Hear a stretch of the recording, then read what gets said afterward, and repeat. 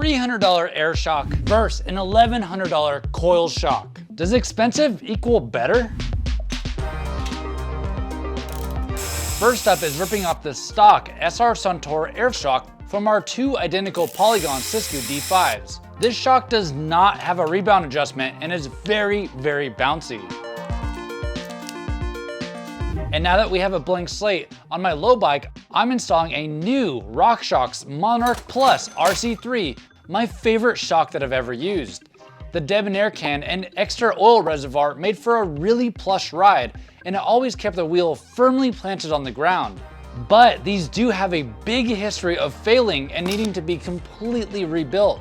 I hope this one works out. For my high bike, since I have an unlimited budget, I'm installing an EXT Storia V3 coil shock, another premium Italian part. And unfortunately, Evan made me buy this used, so it's not even custom tuned for this Polygon. Oh, the excuses are starting already. But that coil shock is way heavier, almost a full pound. I don't care about weight, I only time the downhills. First up is installing dew bushings with my eyelet bushing tool. We're also gonna be reusing the stock hardware.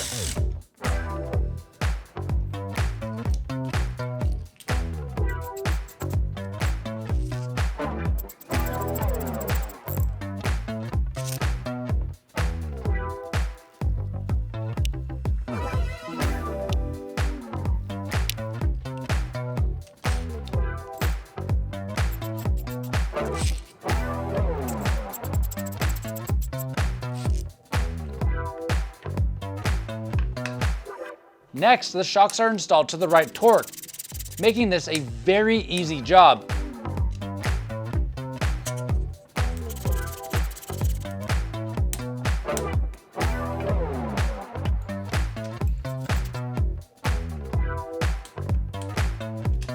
So now the shocks are installed, but now I wonder, how do I even set up the coil shock?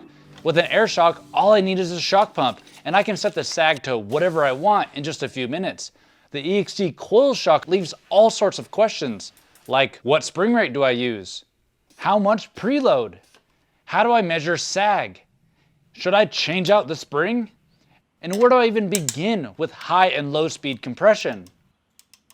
But now, I think I have it tuned right after using the spring rate calculator, and I use the bump stop as a sag indicator, so it should be at a pretty good base setting.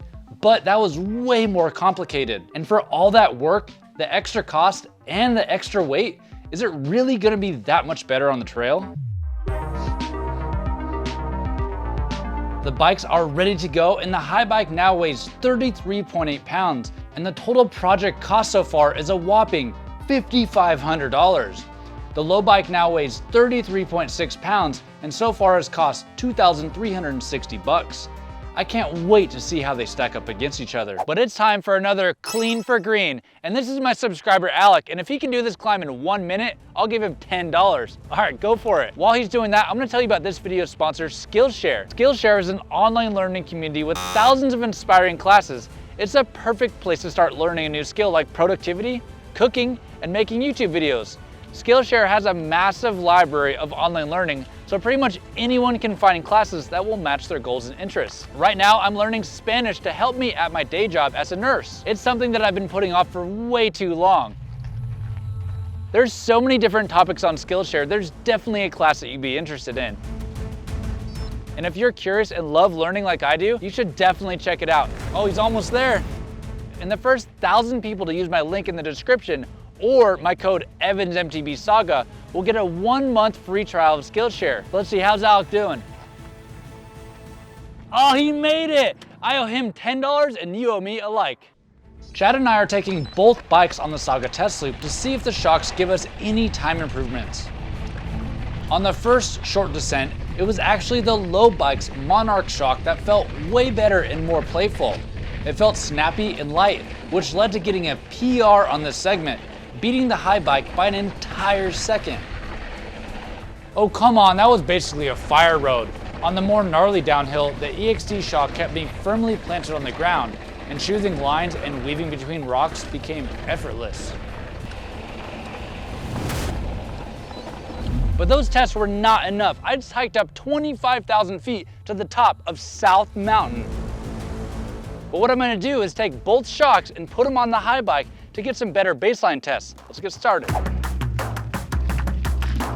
On the climb up, surprisingly, the EXT shock felt like it had less pedal bob because it felt stiffer and had great traction up the technical climb. The RockShox Monarch Plus had a normal amount of pedal bob and lagged behind the coil shock when it came to rear wheel traction on the tech climbs, but still had predictable plushness.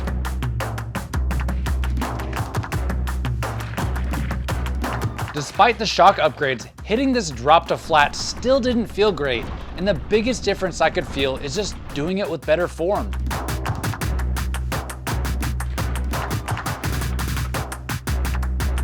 But then, on the rough, rocky downhill section, I finally felt the huge difference. I got through the rock garden just fine with the RockShox and had no issues, but on the coil shock, the faster I went, the better it handled. I felt like I was plowing downhill and I could hold a straight line for much longer.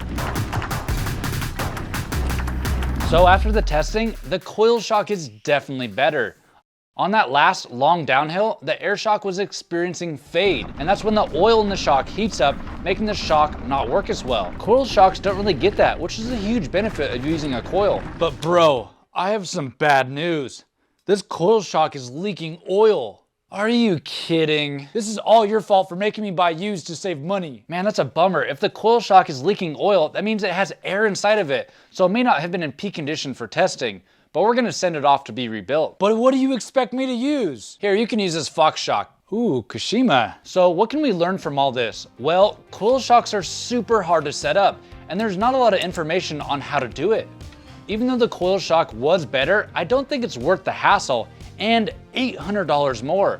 Air shocks are way more DIY mechanic friendly, you just pump up more air. Another takeaway is buying used parts doesn't always work out. It can be risky and you might run into a dishonest person and end up getting a leaking shock or ripped off altogether. But now that both bikes have upgraded suspension, I expected them to feel way more plush than they are, and I think that's because of the super heavy stock wheel set. And we now have channel membership so you can get sneak previews on future builds. What is that? How much did you spend?